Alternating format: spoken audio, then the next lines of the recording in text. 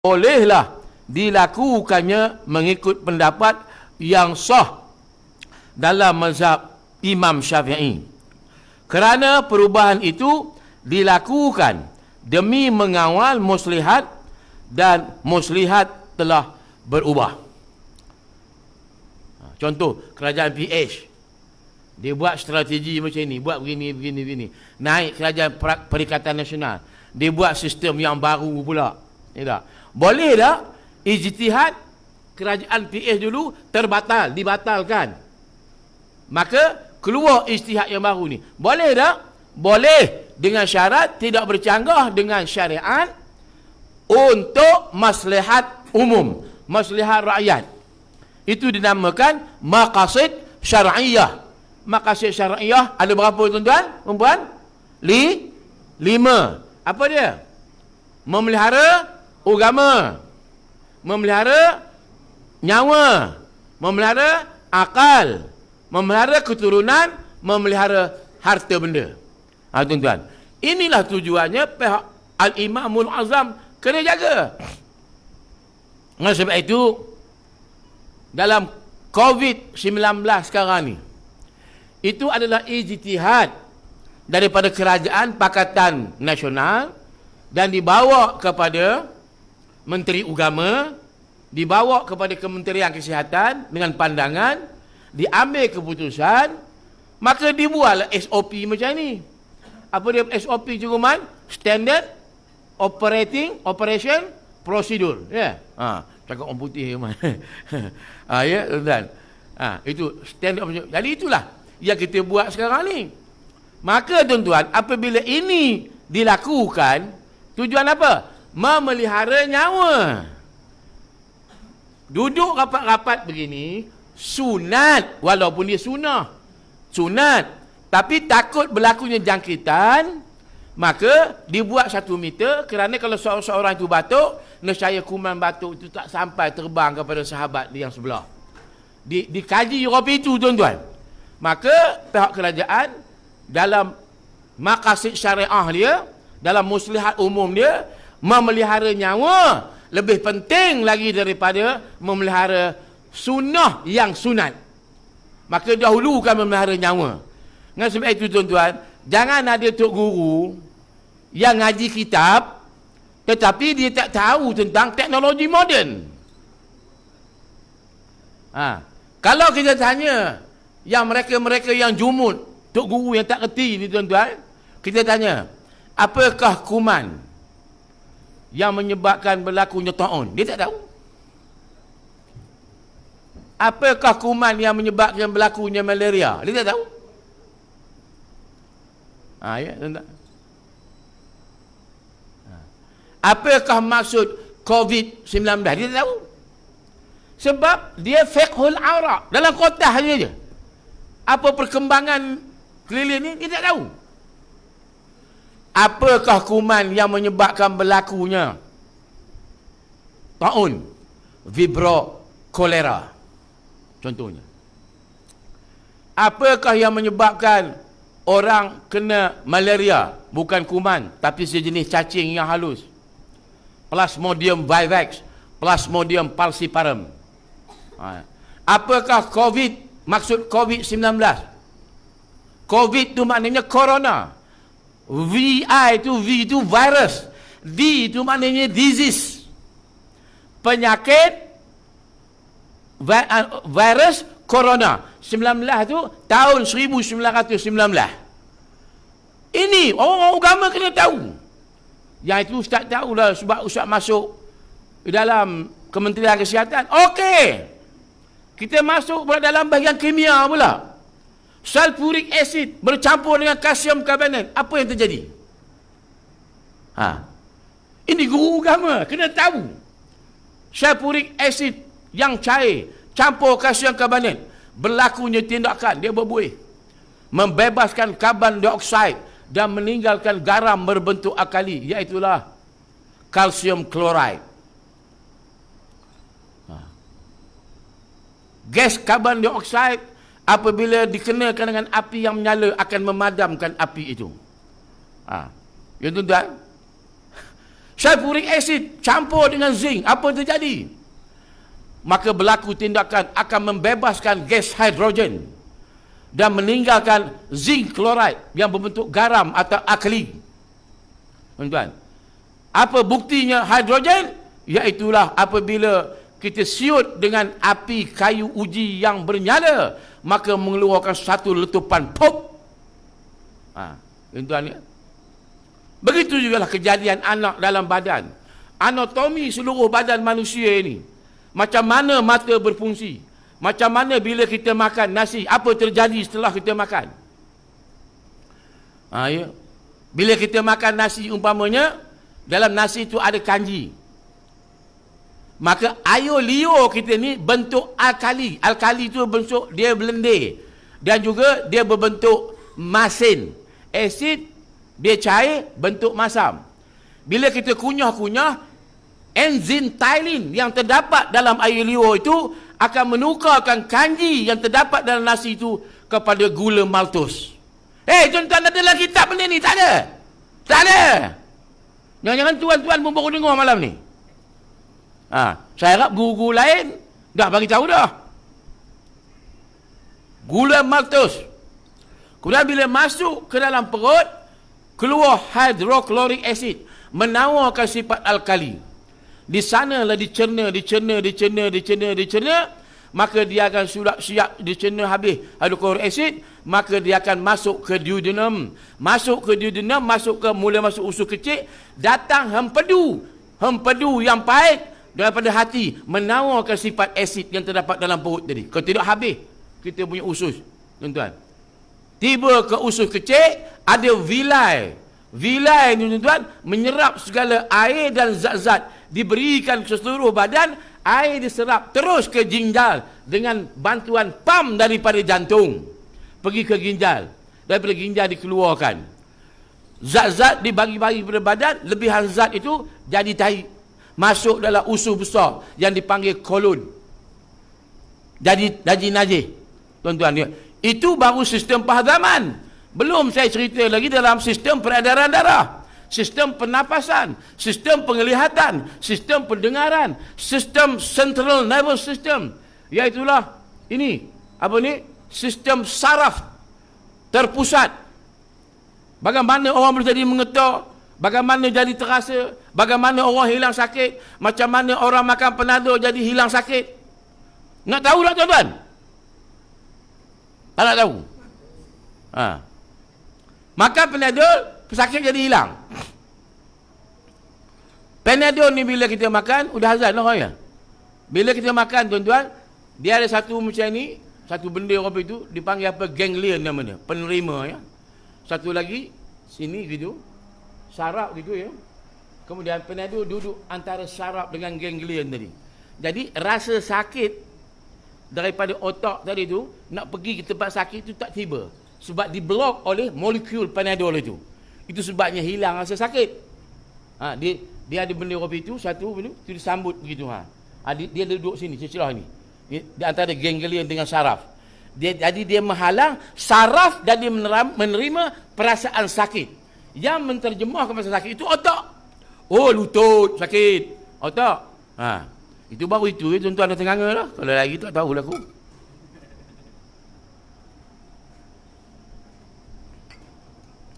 Mengikut SOP-nya, bila orang azannya berhentilah ya. Baik. Boleh faham tuan-tuan ya? Jadi kerajaan dia mengubah.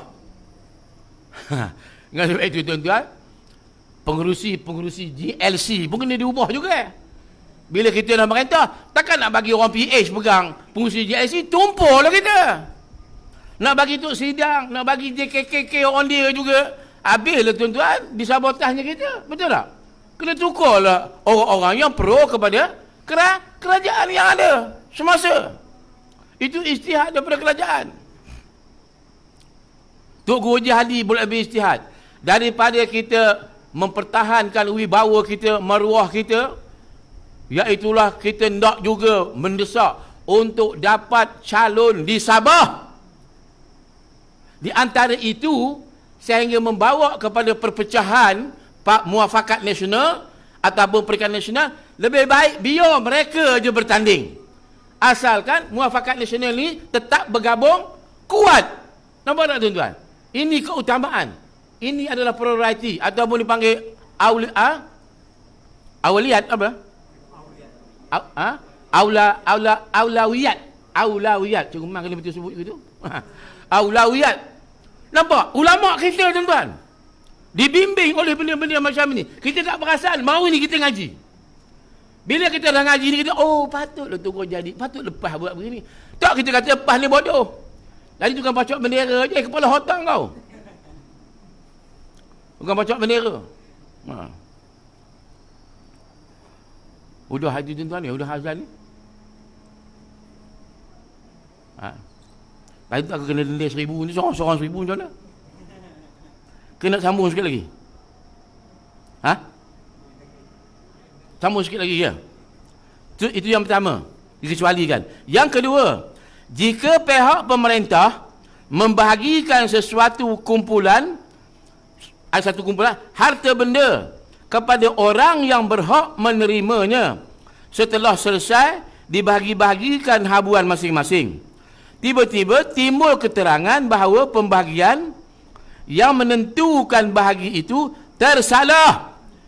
Kita kena bantu ini, bantu ini sekian banyak, bantu ini sekian banyak. Tiba-tiba ada bukti bantuan yang diberikan itu tak sepatutnya. Orang tu senang, kumpulan ini senang, patut bagi yang ni. Ya. Jangan bagi sekolah Cina, bagi sekolah tahfiz contohnya. Tak? Contohnya, ada buktinya. Kemudian menentukan bahagian itu tersalah atau tidak adil, maka hendaklah dibatalkan pembahagian itu. Ijtihad yang pertama, okey, bagilah Cina ni tanah beribu-ribu ekar, lantaklah dia menanam musang king ke harimau king ke di Pahang. Itu ijtihad mereka dulu. Tapi sekarang ni orang lihat bahawa benda itu tak betul. Jadi orang bangkitkan perkara ini. Bila bangkitkan perkara ini, sepatutnya pemerintah yang ada ini membatalkan ijtihad orang dulu. Maka tanah itu hendaklah dirampas semula dan diambil tindakan pada orang yang meneroka secara haram tanah kerajaan. Ya? Itulah betul. Walhal si pembahagi yang pertama telah membahagikan mengikut ijtihadnya, maka ijtihad dia batal ya. Perkara ini membawa muskil juga. Demikianlah kata sahib kita, sahib kitab Al-Matlub. Al-Matlub ya. Jadi boleh dibatalkan. Udah bagi, silap bagi. Ijtihad dulu teman, bagi dia ni. Silap bagi, orang bilang batal ijtihad yang dulu. Ijtihad yang baru kena bagi orang ni. Bukan yang ini. Nampak tak? Ambil balik. Ketiga, jika pihak penilai, pentafsir telah menetapkan nilai sesuatu perkara, kemudian setelah itu didapati segala sifat yang baru diketahui bahawa sifat itu boleh menaikkan harga nilai atau mengurangkannya, maka terbatallah pentafsiran yang pertama. Ya? Sebenarnya perkara ini termasuk dalam beberapa pembatalan ijtihad dengan nas, bukan dengan ijtihad. Tuan-tuan, ada orang nak jual rumah. Jadi kita tak tahu nilai berapa, panggil pegawai penilaian, tolong nilai. Rumah mereka ni kalau semi D macam ini tuan-tuan, 3 bilik, 2 bilik air besar-besar macam ni, buka 34, panjang ke belakang 90, 400,000. 400,000 contoh kan. Habis setujulah 400,000. Orang pun naklah beli 400,000. Tiba-tiba ada tuan rumah yang dulu yang tak tahu penilaian itu dibuat. Mana boleh 400,000 penilaian sudah buat betul-betul ke belum? Rupakan ada satu tangga rahsia ke bawah. Di bawah rumah tu ada lagi rumah, ada bilik lagi, 3 bilik di bawah, bilik air pun semua. Jadi nilai rumah tu lebih tinggi, mungkin dalam 500,000. Maka batal penilaian yang pertama, walaupun ijtihad yang pertama kata 400,000, pakai ijtihad yang kedua, iaitulah 500,000. Atau sebaliknya, kita ingat rumah tu elok. Rupa-rupa kan bila kita masuk, sana retak, sini retak, sana roboh, sini cerun, sini dah mendak ke bawah. Daripada 400,000 patut tinggal 200,000, 500 je tuan. Ya tuan. 22 dalam 200,000, 500. Begitu je tuan-tuan. Maka turunkan harga rumah itu. Jadi mana boleh ijtihad dulu. Tak boleh. Pasal ada penemuan yang baru. Baik, yang akhir, yang keempat, Ali dan Umar berbantah tentang pemilikan sebuah rumah. Ali dan Umar, ada dua orang manusia, berbantah tentang pemilikan sebuah rumah. Yang menduduki rumah itu Ali, sedangkan Umar tidak duduk di situ. Tiba-tiba Umar dapat membawa keterangan yang menyatakan milikannya. Kata dia Umar, rumah ni aku punya. Walau aku tak duduk sini, aku punya. Kamu tu sebenarnya selama ini numpang aja. Maka hakim pun menjatuhkan hukuman bahawa rumah tersebut sebenarnya menjadi milik Umar. Walau berapa lama pun seorang tu dah duduk di situ, hakikatnya rumah itu bukan Ali punya, duduk aja. Sebenarnya mengikut keterangannya secara sahihnya, iaitulah milik Umar. Maka hakim suruh Ali serahkan rumah itu kepada Umar. Jaga baik tuan-tuan. Itu rumah kita ni, bubuh nama yang sepatutnya. Jangan kalau ada anak angkat, binkan bin suami kita. Anak angkat bin suami kita. Kemudian tuan-tuan, bila kita mati, dia menuntut harta pusaka.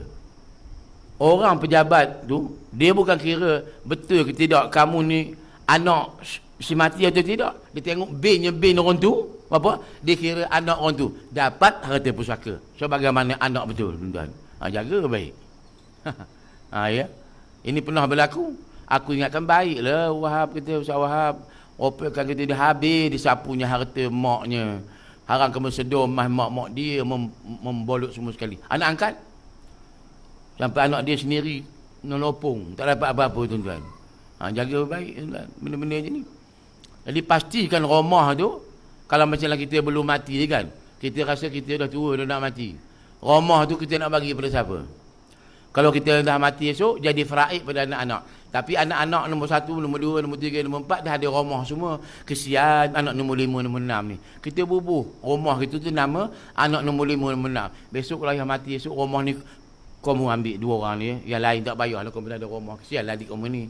Senang cerita tuan-tuan. Idak kita dah mati, dia mau berebut. Jadi boleh faham. Cukup sekadar itu. Kemudian selepas itu Ali menduduki rumah tersebut. Kemudian lepas itu Ali menduduki rumah tersebut. Dapat membawa keterangan pula. Tadi saya Umar dia dapat rumah tu. Mari diserah pada Umar. Kemudian Ali pula bawa keterangan pula, menyatakan rumah itu kepunyaannya. Maka hendaklah dibatalkan hukuman yang pertama yang mengatakan rumah tu Umar punya. Sebab hukuman pertama itu didasarkan ke atas tidak ada keterangan bagi orang yang mendudukinya. Inilah pendapat yang sah bagi Ar-Rafi'i. Tuan-tuan.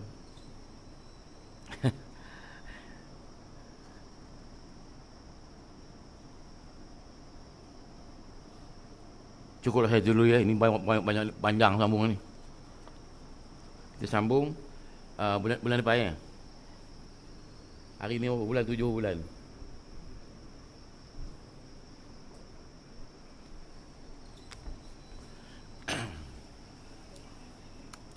A'udzubillahi minasyaitonirrajim. Bismillahirrahmanirrahim. Alhamdulillahirabbil alamin. Wassalatu wassalamu ala asyrafil anbiya'i wal mursalin wa ala alihi washabbihi ajma'in. Ghafarallahu lil mu'allim wa lil muta'allimin kulli dhanbin wa lil walidayna wa lil walidaykum. Nawwarallahu wujuhana wa wujuhakum bil ma'rifati wal iman. Bayyadallahu sudurana wa sudurakum bit tauhid wal iqan.